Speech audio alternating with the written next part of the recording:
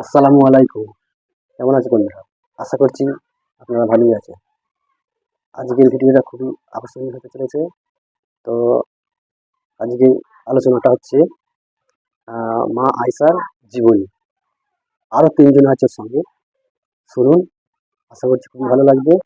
তো খুবই আকর্ষণীয় আর খুবই ইমোশনাল। বিশেষ করে মা বোনেদের রিকোয়েস্ট করছি, অবশ্যই মা বোনেরা দেখবে। চলুন শুরু করা যাক। বিশ্বনবীর একমাত্র কুমারী বউ নাম কি? আয়েশা। বিশ্বনবী বললেন উরিতুকি ফিল মানামি সালাসা লায়াল। আয়েশা, বিয়ের আগে তোরে কিন্তু আমি 3 বার স্বপ্নে দেখছিলাম। সুবহানাল্লাহ কইবেন না? বড্ড খুশি হয়ে গেলেন আয়েশা। এরপরে বললেন 3 বার স্বপ্ন দেখার পরে তোমার ব্যাপারে মনের মধ্যে কেমন কেমন যেন ভালো লাগে। তারপরে একটা ছোট্ট কাগজের মধ্যে, জান্নাতি কাগজ, রেশমি কাপড়ের মধ্যে তোমার চেহারাটা এনে জিব্রাইল বললেন দেখেন নবী কেমন লাগে। আমি কইলাম ভালো লাগে। কার মেয়ে? আপনার বন্ধু আবু বকরের মেয়ে। বিয়ে করবেন নাকি? বিশ্বনবী বললেন ও জিব্রাইল, তুমি যদি ঘটক হও, আল্লাহ যদি হয় কাজী, আমি মুহাম্মদ বিয়েতে রাজি। সুবহানাল্লাহ পড়েন। বিয়ে হয়ে গেল, কিন্তু ঘরে দামি ফার্নিচার নাই, টাকা পয়সাও তেমন নাই, কিন্তু আছে খালি সুখ। আছে কি? যেটা টাকা দিয়ে কিনা যায়। টাকা দিয়ে বাড়ি কিনা যায়, গাড়ি কিনা যায়, সুখ কিনা যায় নাকি? টাকা দিয়ে বিছানা কিনা যায়, বালিশ কিনা যায়, ঘুম কিনা যায় নাকি?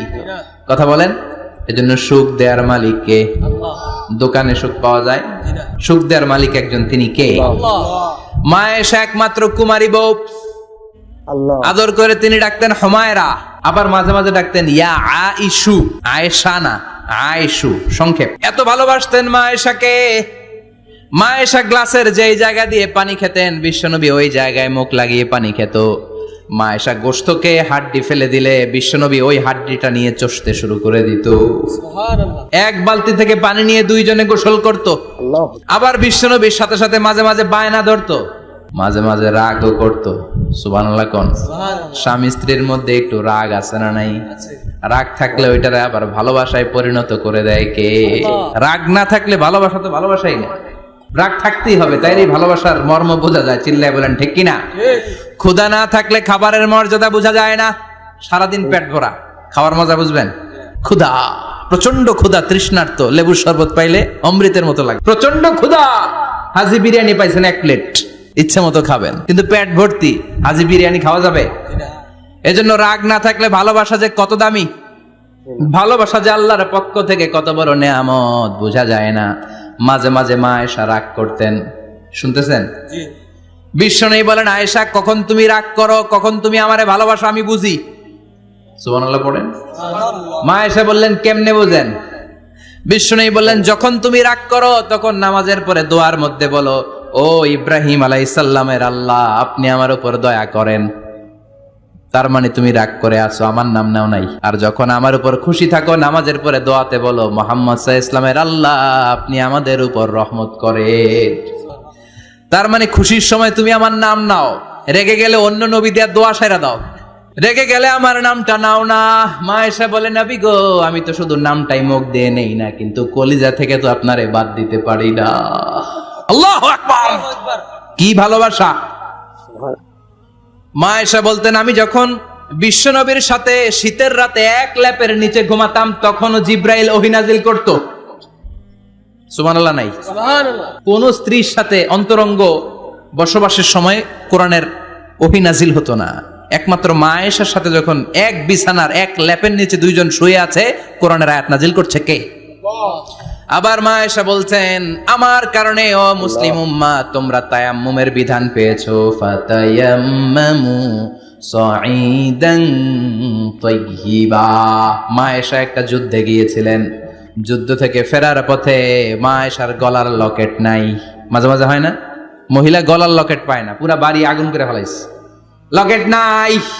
লয়ে গেল রে, নিয়ে গেল রে, হারাইলাম রে।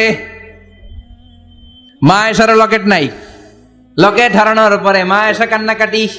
বিশ্বনবী বললেন থামো। অনেকক্ষণ থামার পরে লকেট খুঁজে পায় না। সবাই খোঁজাখুঁজি, লকেট কই, লকেট কই, লকেট খুঁজে পায় না। ওদিক দিয়ে মাগরিবের নামাজের সময়ও শেষ, নামাজের সময় শেষ। আর যেই জায়গায় লকেট খোঁজার জন্য থামা হয়েছে ওই জায়গায় আবার পানি নাই, পানি সামনে। পানির দিকেও যেতে পারে না, লকেটও খুঁজে পায় না, নামাজও পড়া যায় না। সব সাহাবীরা মিছিল শুরু করছে, আবু বকর রে ধর ধর ধর, আবু বকর রে ধর। আবু বকরের মেয়ের কারণে নামাজ আমাদের চলে যাচ্ছে। সাইয়েদনা আবু বকর ঘটনা বেসামাল দেখে আয়েশার কাছে গেল, যে দেখে বিশ্বনবী মা আয়েশার কোলের মধ্যে, ল্যাপের মধ্যে মাথা দিয়ে শুয়ে আছে। রাগের চোটে বুখারীর বর্ণনা, আঙ্গুল নিয়ে মা আয়েশার পেটের মধ্যে দিল এক খোঁচা। লকেট হারাইলি কেন ক? তোর জন্য বাইরে মিছিল চলে, তোর জন্য বাইরে সব সাহাবারা বলে নামাজ পড়তে হবে, সময় নাই। ও আবু বকর, আপনার মেয়ের কারণে এই কাণ্ড। খাসরা মানে কুমর। আবু বকর মা আয়েশার খাসরাতে এত জোরে গুতা মেরেছেন, মা আয়েশা বললেন এই গুতার কারণে আমি অনেক দূরে চলে যাওয়ার কথা ছিল ব্যথার চোটে, কিন্তু যাই নাই। কারণ কোলে কে? কোলের মধ্যে বিশ্বনবীর মাথা, নড়ে গেলে বিশ্বনবীর ঘুম ভেঙে যাবে, ব্যথাটা হজম করেছি, নড়ি নাই। আল্লাহ তখন আয়াত নাজিল করলেন, ফালাম তাজিদু মাআন ফাতায়াম্মামু সাঈদান তাইয়্যিবা। ও সাহাবারা, মিছিল বন্ধ করো। কোন নারীর বিরুদ্ধে মিছিল করো? এই নারীর সাথে তো বিয়ে আমি সরাসরি বিশ্বনবীর দিয়েছি। যাও, ওজুর জন্য টেনশনে ছিলা, টেনশনের দরকার নাই। আয়েশার কারণে আজকে নতুন করে একটা বিধান দিলাম, আজ থেকে যদি ওজুর পানি না পাওয়া যায়, বালুর মধ্যে 2 হাত বাড়ি মেরে তায়াম্মুম করো, নামাজ পড়ে নাও, কবুল করে নিবে কে? এ মা আয়েশার লকেট হারানোর কারণে তায়াম্মুমের বিধান নাজিল হয়েছে। কোন সুবহানাল্লাহ। সে বলতেন, ও উম্মতেরা, জেনে রাখো যে তায়াম্মুম করো, এটা কিন্তু আমার কারণে পাইছো। সুবহানাল্লাহ কোন। আবার মা আয়েশা বলতেন, আমার কোলে মাথা রেখে বিশ্বনবী শেষ নিঃশ্বাস ত্যাগ করেছে, আবার আমার ঘরের মধ্যেই বিশ্বনবীর কবর। সুবহানাল্লাহ। বিশ্বনবীর কবরটা কিন্তু মা আয়েশার ঘরের মধ্যে। এখনো বিশ্বনবীর কবর যেই জায়গায়, এই জায়গায় মা আয়েশার ঘর ছিল। সুবহানাল্লাহ কোন। 2210টি হাদিস বর্ণনা করেছেন। কত? কথা কয় না, 2210টা ফ্যামিলির হাদিস বর্ণনার জন্য মা আয়েশাকে আল্লাহ তাআলা বিশ্বনবীর ট্যাপ রেকর্ডার বানিয়ে পাঠিয়েছেন। যাই বিশ্বনবী বলতেন, ট্যাপ রেকর্ডের মতো রেকর্ড করে সব সাহাবীদের কাছে বর্ণনা করতেন। কত কবিতা উনি নিজে জানতেন, নিজেই জানে না। কত মাসালা যে জানতেন, তার কোনো হিসাব নাই। ইলমুল ফারায়েজ, বাপ মরলে ছেলে মেয়ে থাকলে কে কতটুকু সম্পদ পাবে, মা আয়েশার চেয়ে এই বিধান মদিনায় কেউ জানতো না। বিশ্বনবীর ইন্তেকালের পরে সাহাবাদের মধ্যে কোনো মাসালা নিয়ে কনফিউশন হলে সব সাহাবারা আম্মা জান আয়েশার কাছে এসে সলিউশন নিয়ে যেতেন। সুবহানাল্লাহ কোন। বিশ্বনবী যা বলেছেন সব মুখস্থ রেখেছেন, সব জ্ঞানের কথা ছড়িয়ে দিয়েছেন, সব সময় পড়াশোনা করতেন। সুবহানাল্লাহ। তার মানে মা আয়েশার জীবনী থেকে আপনাদের জন্য শিক্ষা হচ্ছে জ্ঞানার্জন, জ্ঞানানুরাগী হতে হবে। কি হতে হবে? জ্ঞানানুরাগী। বুখারীর বঙ্গানুবাদ পাওয়া যায়, কোরআনের বঙ্গানুবাদ পাওয়া যায়, ইসলামিক অনেক ভালো ভালো রাইটারের বই পাওয়া যায়, ঠিক কিনা? এগুলো পড়ার দরকার আছে না নাই? অনেকে বলে, হুজুর আমার ছেলেটা মোবাইল ছাড়া কিছু বোঝে না। কি কয়? মোবাইল ছাড়া কিচ্ছু বোঝে না। হুজুর মোবাইল দিলে ঠান্ডা, মোবাইল নিলে কান্দে, এরকম আছে না নাই? এর কারণ হাজব্যান্ড ওয়াইফ দুইটার কাছে সবসময় মোবাইল। কথা কন। বাবার কাছেও মোবাইল, মায়ের কাছেও মোবাইল, তো ছেলে মোবাইলের জন্য কাঁদবে না তো কি করবে? বাবার হাতেও যদি বই থাকে, মায়ের হাতেও যদি বই থাকে, ছেলে মোবাইল চাবে নাকি? ছেলেও চাবে বই, ছেলে চাবে কি? কথা বুঝতে পেরেছেন? এই জন্য জ্ঞান অনুরাগী হতে হবে মা আয়েশার মতো। মা আয়েশা 2210টা হাদিস মুখস্থ করেছে, আপনি কয়টা করছেন? উনি পারলে আপনি পারবেন না কেন? মায়েরা শুনতেছেন তো? আশা করি আপনারা শুনতেছেন। তাহলে মা আয়েশার জীবনী থেকে আমরা শিক্ষা পেলাম, জ্ঞান চর্চা করতে হবে। সর্বশেষ কোন নারী? কথা কন। ফাতিমা রাদিয়াল্লাহু তাআলা আনহা, বিশ্বনবীর কলিজার টুকরা। চাচাতো ভাই আলীর সাথে বিয়ে হলো। আলী যখন প্রস্তাব দিল, ফাতেমার কাছে যে বলে, ও ফাতেমা রাজি আছো কিনা? চুপচাপ, কথা কয় না। বিশ্বনবী বুঝলেন রাজি, দুইজনকে বিয়ে পড়িয়ে দিলেন। বিয়ে পড়িয়ে দুইজনকে দাঁড় করিয়ে দিয়ে বিশ্বনবী অজু করলেন। অজু করার পরে সামান্য কিছু অজুর পানি ছিল, আলীর মাথার মধ্যে ছিটিয়ে দিলেন, বরকতের পানি। সুবহানাল্লাহ কইবেন না? সুবহানাল্লাহ। অজু করে সাইয়েদনা আলীর মাথার মধ্যে ছিটিয়ে দিলেন আর দোয়া করে দিলেন, বারাকাল্লাহু লাকুমা ওয়া বারাকা আলাইকুমা ওয়া জামাআ বাইনাকুমা ফি খাইর। আল্লাহ তোমাদের দুইজনকে বরকত দিয়ে দাম্পত্য জীবন শুরু করার তৌফিক দান করুক। আবার দোয়া করলেন, আল্লাহুম্মা বারিক লাহুমা ফি বিনাইহিমা, ওদের সম্পর্কে বরকত দেন। ওয়া নাসালিহিমা শিবলিহিমা, ওদের গর্ভে যেই সন্তান আসবে এগুলোর শ্রেষ্ঠ সন্তান বানান। 1 বছরের ব্যবধানে ঘরটাকে আলোকিত করে প্রথম সন্তানের জন্ম হাসান। সুবহানাল্লাহ। হাসান রে বিশ্বনবী এত আদর করেছেন, বিশ্বনবীর কাছ থেকে এত আদর কেউ কোনোদিন পায় নাই। হাসান রে বিশ্বনবী ডাকতেন লুকা। বুখারীর বর্ণনা, শব্দটা কি? লুকা মানে পিচ্ছি। ছোট বাচ্চাদেরকে আপনারা কি কন? আরে পিচ্ছি তো আমি কইছি, আপনারা কি কন? বাবু বলেন। আর কিছু কি বলেন? আর কিছু নাই। তাহলে এই যে বাবু পিচ্ছি, হ্যাঁ, এই বাবু পিচ্ছি আরবি হচ্ছে লুকা। বিশ্বনবী ফাতেমার ঘরে এসে বলতেন আইনাল লুকা, পিচ্ছিটা কই রে? আমার হাসান কই, আমার নানা ভাই কই? আর বিশ্বনবীর আওয়াজ শুনলে হাসান এসে বিশ্বনবীর কাঁধে। আল্লাহু আকবার, আল্লাহু আকবার। বিশ্বনবী বলতেন ফাতেমা আমার কলিজার টুকরা, যে ফাতেমারে কষ্ট দেয় সে আমারে কষ্ট দেয়, ফাতেমারে আনন্দ দেয় মানে আমি বিশ্বনবীরে আনন্দ দেয়। এই ফাতেমা সব সময় পর্দায় থাকতেন, দিনের বেলা বেরোতেন না, সারা দিনে টয়লেট করতেন একবার, সেটাও করতেন রাত্রে, যাতে দিনের বেলা কেউ তারে না দেখে। কি ব্যালেন্স লাইফ, কি ব্যালেন্স লাইফ! রাতে একবার টয়লেটে যাওয়া মানে কি সারাদিন খাওয়া দাওয়া এরকম ব্যালেন্স করে করতেন। কেউ দেখতে পারে নাই ওনারে, কেমন ছিল কেউই জানতো না, এমন ভাবে চলাফেরা করতো, কোনো পুরুষদের সামনে দিয়ে কখনো যেতেন না। এজন্য ইন্তেকালের আগে আলীকে বললেন, আলী, বিশ্বনবীর ওসিয়ত অনুযায়ী কিছুদিন পরে আমি আমার বাবার সাথে সাক্ষাৎ করব। ইন্তেকালের সময় বেশি লোক আমার জানাজাতে আসার দরকার নাই, নিজেরা দোয়া করে দিলে চলবে। আর আমার জানাজার খাটিয়ার উপর দিয়ে বিশাল একটা বোরকা দিয়ে দিও। এটার আরবিতে বলে নাউশ। কি বলে? এই প্রথম কোন নারী তার খাটিয়ার উপরে নাউশ ব্যবহার করেছে, জন্য এটাকে বলে সুন্নাতু ফাতিমা, ফাতেমার সুন্নাত। সাইয়েদাতুনা ফাতেমার আগে কেউ জানাজার খাটিয়াতে নাউশ ব্যবহার করে নাই। আল্লাহু আকবার, আল্লাহু আকবার। আলীকে বলে গেলেন, আলী, অল্প কয়েকজন পুরুষ নিয়ে জানাজা দিও, বেশি মানুষের কাছে আমার নিও না। দুনিয়ার বুকে আমি লুকিয়ে লুকিয়ে চলতাম, মরার পরে লুকিয়ে লুকিয়ে আল্লাহর কাছে চলে যেতে চাই, পুরুষদের সামনে আমার নিও না। ও মা, এই ফাতেমার জীবনী থেকে আপনার জন্য শিক্ষা হলো পর্দা। সব সময় এই পর্দাটা দেহে থাকার দরকার আছে না নাই? রাজি আছেন তো? তাহলে এই 6 জন নারীর জীবনে যদি আমার মায়েরা পরে, আমার মায়েরা বোঝে, ওই মায়েরা বিপদগামী হতে পারে নাকি? হতে পারে।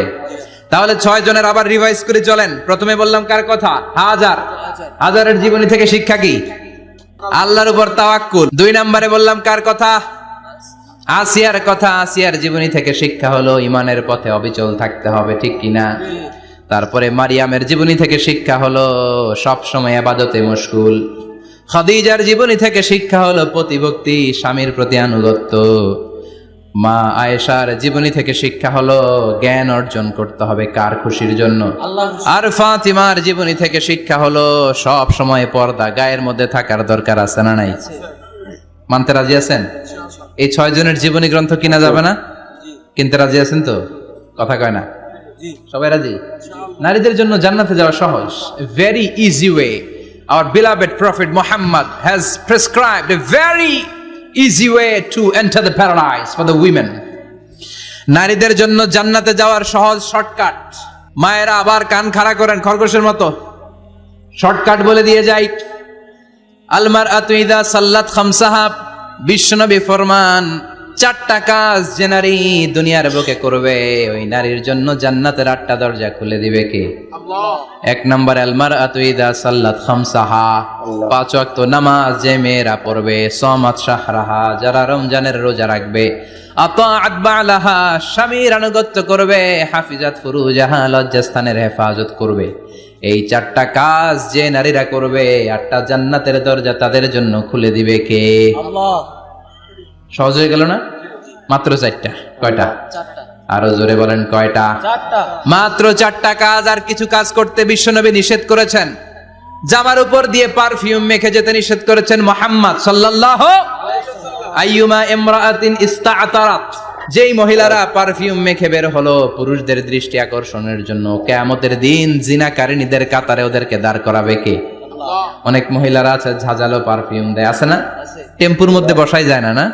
সিএনজিতে বসছেন, এদিকে বসছে খালাম মায়, হায় হায়। মায়েরা খেয়াল করে শুনেন, আপনাদের ড্রেস কেমন হবে? নাম্বার 1, আপনার পুরো দেহটা ঢাকা থাকতে হবে। যে ড্রেস পরবেন, you should cover your whole body. শুধু হাতের এই 2 কবজি আর চেহারা খোলা রাখতে পারবেন, তবে চেহারা ঢেকে রাখা উত্তম। একজন মহিলা বোরকা পড়ছে কিন্তু চেহারা খোলা, তার হেজাব হয় নাই, পর্দা হয় নাই, এটা বলা যাবে, কিন্তু উত্তম হচ্ছে চেহারা ঢেকে রাখা, কারণ চেহারা সৌন্দর্যের রাজধানী। Face is the capital of beauty, ঠিক কিনা? চেহারা দেখলাম তো সব বোঝা গেল, ঠিক কিনা? কেমন মাধুর্যতা আছে, দেখতে কেমন সুন্দরী কিনা সব বোঝা যায়। এজন্য চেহারাটাও ঢেকে রাখবেন, চোখটা খোলা রাখবেন। বিশ্বনবীর স্ত্রী উম্মে সালামা বলে, দেখার জন্য আমার দুই চোখের দরকার নাই, লাগবে এক চোখ। উনি আরেক চোখের মধ্যে আরেক কাপড় দিয়ে রাখতেন, এমনি তাকাইতেন। সাহাবারা বলতেন, উনারা দেখলে আমরা দিতাম দৌড়, ভয় লাগতো। চোখ একটা দেখা যায় আর একটা খোলা, উনারা দেখে আমরা এদিক সেদিক পালিয়ে যেতাম। আবার অনেক মহিলারা পা ঢাকে না, পা কিন্তু পর্দার অন্তর্ভুক্ত। সব সময় মেয়েরা পা মোজা পরে বেরোতে হবে, পা দেখানো যাবে না। হাদিসে এসেছে শুধু হাত এতটুকু, পা কিন্তু পর্দার অন্তর্ভুক্ত। উম্মে সালামা বললেন, ইয়া রাসূলুল্লাহ, আমরা তো হাঁটতে গেলে অনেক সময় পা দেখা যায়। বিষ্ণু বললেন, তাই? তাহলে এক বিঘত নিচ দিয়ে কাপড় বাড়াও। উম্মে সালামা বললেন, জোরে হাঁটলে তো তারপরও দেখা যাবে। বিষ্ণু বললেন, এক হাত বাড়াও, ধুলাবালি সহ টানবা, তারপরও পায়ের 1 ইঞ্চি দেখানো যাবে। তাহলে ড্রেস কোডের প্রথম নিয়ম হচ্ছে পুরো দেহ ঢাকবেন। 2 নম্বরের নিয়ম, পোশাক ঢিলে ঢালা হবে না টাইট ফিটিং? আরো জোরে বলেন। ঢিলে ঢালা হবে, টাইট ফিটিং হতে পারবে না। এরকম মোটা হবে, মোটা কাপড়, কিচ্ছু দেখা যায় না, বাইনোকুলার দিয়েও দেখা যাবে না। আবার ঢিলে ঢালা আছে না নাই? আমরা পুরুষরা যে এটা পরি, এটা দিয়ে 3 মহিলার কাপড় হয়, ঠিক কিনা? কাপড় পরতে চায় না তারা, ওদের পোশাক আমরা নিয়ে নিচ্ছি। তার মানে ঢিলে ঢালা হবে, মোটা কাপড়ের হবে, টাইট ফিটিং হতে পারবে। আবার পুরুষদের পোশাক হতে পারবে।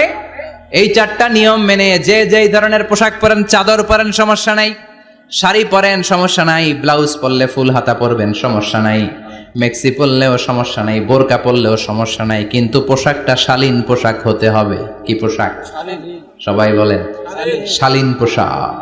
পুরুষদের পোশাক পরা যাবে, কারণ বিশ্বনবী লানত করেছেন ওই নারীদেরকে, যেই নারীরা পুরুষদের মতো সাজতে চায়। এরকম আছে না নাই?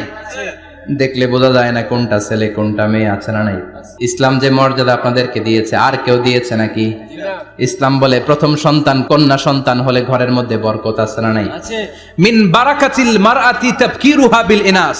একটা মেয়ের মধ্যে বরকত বেশি না কম কেমনে বুঝবেন? তার প্রথম সন্তান যদি মেয়ে হয়, তাহলে বুঝবেন এই মেয়েটা বরকতওয়ালা মেয়ে। এই মেয়ে আপনার জীবনে অনেক কিছু নিয়ে আসবে। সুবহানাল্লাহ কইতে পারেন না? কিন্তু অনেক ডাকাইত আছে, মেয়ে হইলে অখুশি হয়, ছেলে হইলে পাড়ার সবারে জিলাপি খাওয়ায়, পাড়ার সবারে মিষ্টি খাওয়ায়, মেয়ে হইলে কিচ্ছু খাওয়ায় না, আছে না নাই? কিন্তু আমরা মেয়ে হলে খুশি হব। কার কার প্রথম সন্তান মেয়ে? হাত তোলেন। 1 জন, 2 জন, 3 জন। প্রথম সন্তান মেয়ে কার? হ্যাঁ, অনেকে আছে তো মাশাআল্লাহ, আপনারা অনেক বরকতময়, আলহামদুলিল্লাহ, হাত নামান। আমারও প্রথম সন্তান মেয়ে, 3টাই মাইয়া, জান্নাত একটা আমার দিয়েন। তার মানে 3 জান্নাতের মালিক, মাশাআল্লাহ। আল্লাহ ভাইরে তুমি কবুল করো। তার মানে কোন ঘরে যখন মেয়ে আসে, আল্লাহ বলে ঘরটা বরকতময়। মেয়েটা যখন বড় হতে শুরু করে, মেয়েটা ভাইয়ের জন্য বরকতময়। মেয়ে যখন বিয়ের উপযুক্ত হয়, বাবার জন্য বরকতময়। 2 মেয়ে মানে বাবার 2 জান্নাত, 3 মেয়ে মানে 3 জান্নাত। সুবহানাল্লাহ। আবার যখন স্বামীর কাছে যায়, ইসলাম বলে ওই স্বামী আল্লাহর কাছে সেরা, যেই স্বামী বউয়ের কাছে সেরা। বউ যদি আপনারে ভালো বলে, আপনি আল্লাহর কাছে ভালো। বউ যদি খারাপ বলে, আপনি আল্লাহর কাছে খারাপ। তার মানে ব্যালেন্স করেছে ইসলাম। স্বামীর আনুগত্য করতে বলেছে, আবার স্বামীকেও বলেছে স্ত্রীকে ভালোবাসতে, ঠিক কিনা? কথা বলেন। ইসলাম বলে তোমার হাত যদি বউয়ের হাতের সাথে মিলাও, 2 হাতের সগীরা গুনাহ মাফ করে কে? স্ত্রীর দিকে যখন তাকাও, তোমার চোখের সগীরা গুনাহ মাফ করে কে? প্রতি মাসে মাসে স্ত্রীর কাপড় চোপড় আর কসমেটিক্স কেনার জন্য যে টাকাটা দাও, এই টাকাটা সদকা হিসেবে কবুল করবে কে? এবার এই মহিলা গর্ভবতী, ইসলাম বলে সন্তান ভূমিষ্ঠ করতে যে যদি কোনো মা ডেলিভারি কেসে হসপিটালে মারা যায় কিংবা বাসায় মারা যায়, কিয়ামতের দিন ওই মহিলাকে শহীদদের কাতারে দাঁড় করায় দিবে কে? বাচ্চা ভূমিষ্ঠ করতে যে শাহিদা, শহীদদের কাতারে। আর সুন্দর মতো যদি আসে, আল জান্নাতু তাহতা আকদামি উম্মাহাতিকুম, মায়ের পায়ের নিচে সন্তানের বেহেশত, আছে না নাই? জোরে বলেন। এজন্য ইসলাম বলে খবরদার, মায়ের মর্যাদা সবচেয়ে বেশি। এক সাহাবী বললেন, ইয়া রাসূলুল্লাহ, কার সাথে ভালো আচরণ করব? বাবার সাথে নাকি মায়ের সাথে? নবী বললেন মায়ের সাথে। এরপরে মায়ের সাথে, তারপরে মায়ের সাথে, তারপরে কার সাথে? তারপরে তোমার পিতার সাথে। মায়ের মর্যাদা কয় গুণ বেশি? ওগো মা তুমি এই ধরনের শ্রেষ্ঠ নিয়ামত, তোমারই পদ তলে রয়েছে জান্নাত। ওগো মা তুমি এই ধরনের শ্রেষ্ঠ নিয়ামত, তোমারই পদ তলে রয়েছে জান্নাত। সুবহানাল্লাহ। আমি বলি আমাদের পায়ের নিচে থাকে মৌজা, জুতা আর বালু, আর মহিলাদের পায়ের নিচে জান্নাত। এই পৃথিবীটারে 1000 বার বিক্রি করলে জান্নাতের একটা চেয়ারের দাম হবে না। সুবহানাল্লাহ পড়েন। আর যেই জান্নাত মায়ের পায়ের নিচে পড়ে আছে, ওই পায়ের দাম বেশি না কম? বেশি। এজন্য মায়েদের সাথে ভালো আচরণ করতে হবে। ইসলাম নারীকে দিয়েছে ইবাদতের অধিকার। নারীরা যদি মহিলা সমাবেশে যেতে চায়, কোনো পুরুষ বাধা দিতে পারবে? নারী যদি মসজিদে নামাজ পড়তে যেতে চায়, বাধা দিতে পারবে? মহিলাদের নামাজের জায়গা করেন নাই আপনারা? করেন, আস্তে আস্তে করেন, আস্তে আস্তে করতে হবে। তারা অনেক সময় বাইরে বেরোয়, বাসায় আসতে আসতে নামাজের সময় হয়ে গেছে, কই পড়বে নামাজটা? মসজিদে সুযোগ করে দেন, মসজিদে পড়বে। তবে ঘরে পড়া উত্তম, ঘরে পড়লে বেশি সওয়াব। সুবহানাল্লাহ। তার মানে ইবাদতের অধিকার। ইসলাম নারীকে দিয়েছে শিক্ষার্জনের অধিকার। আপনার ছেলেকে স্কুলে পাঠান, শুধু ছেলেকে নয়, আমরা বলি আপনার ছেলেকেও পাঠান, মেয়েকেও পাঠান, ঠিক কিনা? আপনার ছেলেকে মাদ্রাসায় পাঠান, মেয়েকেও পাঠান। শিক্ষা সবার জন্য। বিষ্ণু বলেছেন আল্লিমু বানাতাকুম সূরাতান নূর, তোমরা তোমাদের মেয়েদেরকে সূরা নূর শিখাও। কোন সূরা? কথা কন। ও আমার মায়েরা, আপনাদের জন্য রব্বুল আলামিন সব হকের কথা সূরাতুন নূরে বলেছে। আল্লিমু বানাতাকুম সূরাতান নূর, তোমরা তোমাদের নারীদেরকে সূরাতুন নূর শিক্ষা দাও। ও আমার মায়েরা, আজ থেকে সূরাতুন নূরের অর্থ পড়বেন, তাফসীর পড়বেন, ঘরটারে বরকতময় করে দিবে কে? আপনাদের আছে মোহরানার অধিকার। বিয়ে করলে পুরুষ মোহরানা পাবে না, দিবে। কিন্তু আমরা এতগুলা টাকা নিয়ে আসি, ডাকাইত আছে না নাই? সারা জীবন মেয়েটারে লালন পালন করলো, একটা মেয়ে হলো একটা বাবার কলিজা। মেয়ে দিয়ে দিল মানে বাবা কলিজা ছিঁড়ে দিল, আর কি চাস? ডাকাত, ফকির কোথাকার। খবরদার, বিয়ের মধ্যে 1 টাকা যদি তুমি যৌতুক খাও, কিয়ামতের দিন আল্লাহ তোমারে ছাড়বে। যৌতুকের সাথে ইসলামের কোনো সম্পর্ক? যৌতুকের সাথে সম্পর্ক। যৌতুক খেলে ডবল গুনাহ। যৌতুক খাওয়া ততটা অপরাধ, কুকুরের গোশত খেলে যত অপরাধ, এর চেয়ে বেশি অপরাধ। কুকুরের গোশত খেলে 1 গুনাহ, হারাম খাওয়ার গুনাহ। যৌতুক খেলে 2 গুনাহ, 1 হারাম খাওয়ার গুনাহ, 2 শ্বশুরবাড়ির উপর জুলুম করার গুনাহ। চিল্লা এখন ঠিক কিনা? এরপরে ইসলাম নারীকে দিল ভালো আচরণ পাওয়ার অধিকার। ইসলাম নারীকে দিল বাবার সম্পদে উত্তরাধিকারের অধিকার। একজন বাবা ইন্তেকালের আগে ছেলেকে যদ্দুর দিবে, মেয়েকে তার অর্ধেক দিতে হবে। জোরে কোন ঠিক কিনা? দেয় তো? ছেলেরে 2 কাটা দিলে মেয়ের 1 কাটা দেয় না? কদ্দুর দেয়? দেয় না। হ্যাঁ, ডাকাই। ওই যে কয় ডাকাইত, আবার কয় সুবহানাল্লাহ। নাউজুবিল্লাহ কও বেটা। ছেলেকে যদ্দুর দিবেন, মেয়েকে অর্ধেক। ইউসিকুমুল্লাহু ফি আওলাদিকুম লিযযাকারি মিসলু হাযযিল উনসায়াইন। ও আমার বাবারা, সম্পদ হলো হাতের ময়লা, আপনি চলে যাবেন, সম্পদ থেকে যাবে। ছেলেরে যদ্দুর দিবেন, মেয়েরে অর্ধেক। কার কথা? মানতে রাজি আছেন তো? একজন প্রশ্ন করেছে যে অনেক মেয়েরা ডিজাইন করা বোরকা পরে, এত ডিজাইন করে যে তাকিয়ে থাকতে মনে চায়। মানে বোরকা পরার কারণে আরো বেশি তাকায় থাকতে মনে আছে, এরকম ঝামেলা আছে না নাই?